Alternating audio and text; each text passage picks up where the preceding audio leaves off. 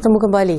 Perdana Menteri Datuk Seri Anwar Ibrahim memutuskan untuk menghadiri Minggu Pemimpin Ekonomi Kerjasama Ekonomi Asia Pasifik atau APEC 2023 di San Francisco, Amerika Syarikat ketika terdapat desakan untuk beliau tidak menyertainya.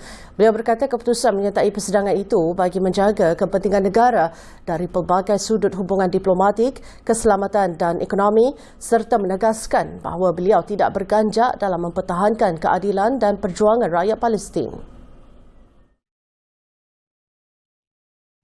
Menyedari keputusan itu pasti tidak menyenangkan semua pihak, Datuk Seri Anwar yang juga Menteri Kewangan berharap beliau tidak dihukum sebagai pro-Israel kerana hadir ke persidangan tersebut.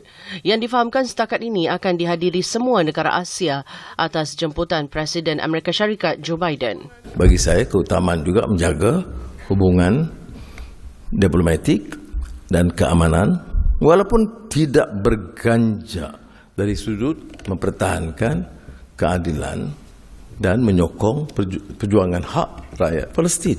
Saya sebagai Perdana Menteri, saya nak kena jaga je kepentingan negara ini.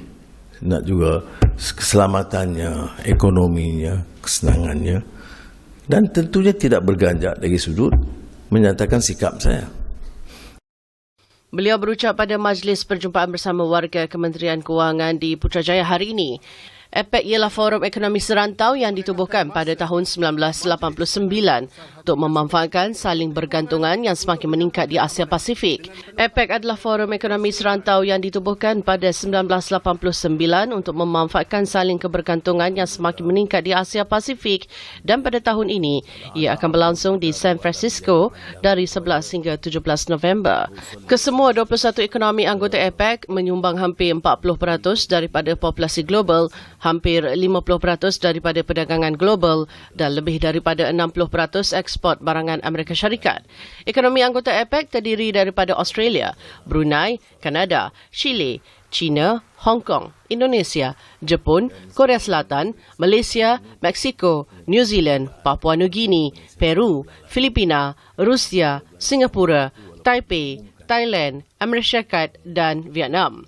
Datuk Seri Anwar berkata keutamaan Malaysia untuk Palestin adalah keamanan serta bantuan kemanusiaan bagi membantu rakyat negara itu yang terjejas.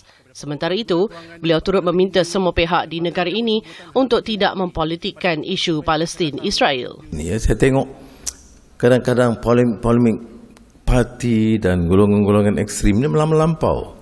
Sudahlah. Dalam isu Gaza ni kita pakat dah sama. Orang dibunuh, anak-anak kecil mati. Fikirlah bersama nak bantu bagaimana. Nak cari political score and point. It's sickening. Itu maksudnya nak kecam orang itu, nak singgung orang itu. Orang ni tak bagus, saya saja bagus. Ni buatlah. Ini keadaan kita sudah, bila politik itu sudah hampir menyesatkan. Sampai hilang pertimbangan. Pertempuran terkini di Palestin yang melibatkan Hamas, pihak berkuasa di Gaza dan rejim Israel sejak 7 Oktober telah mengakibatkan kehilangan ribuan nyawa. Para hadirin diminta untuk memberi laluan kepada Dewan Kehormatan.